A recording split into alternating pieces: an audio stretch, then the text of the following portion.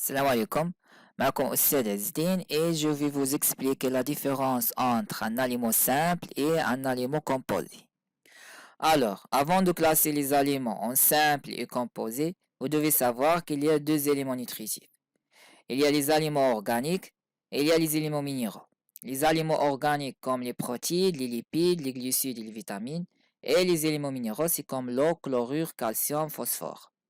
Alors, pourquoi on dit que ces éléments sont des aliments organiques? Tout simplement car ils sont fabriqués par les êtres vivants, c'est-à-dire les animaux et les végétaux.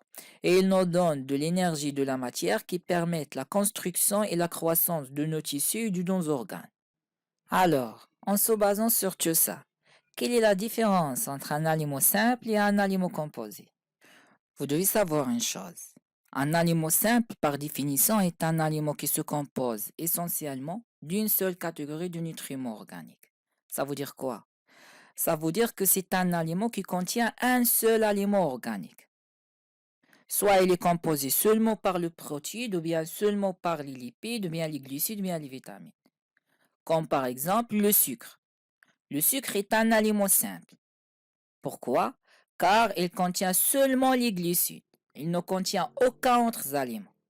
Un autre exemple, l'huile, qui est constituée juste par les lipides.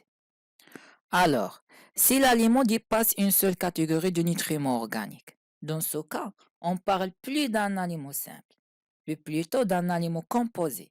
Donc, un aliment composé, c'est un aliment qui se compose au moins de deux aliments simples, comme par exemple le pain, le lait et les poissons. Donc, retenez ça. Les aliments qui contiennent une seule catégorie de nutriments organiques, c'est des aliments simples, et les autres, ce sont des aliments composés.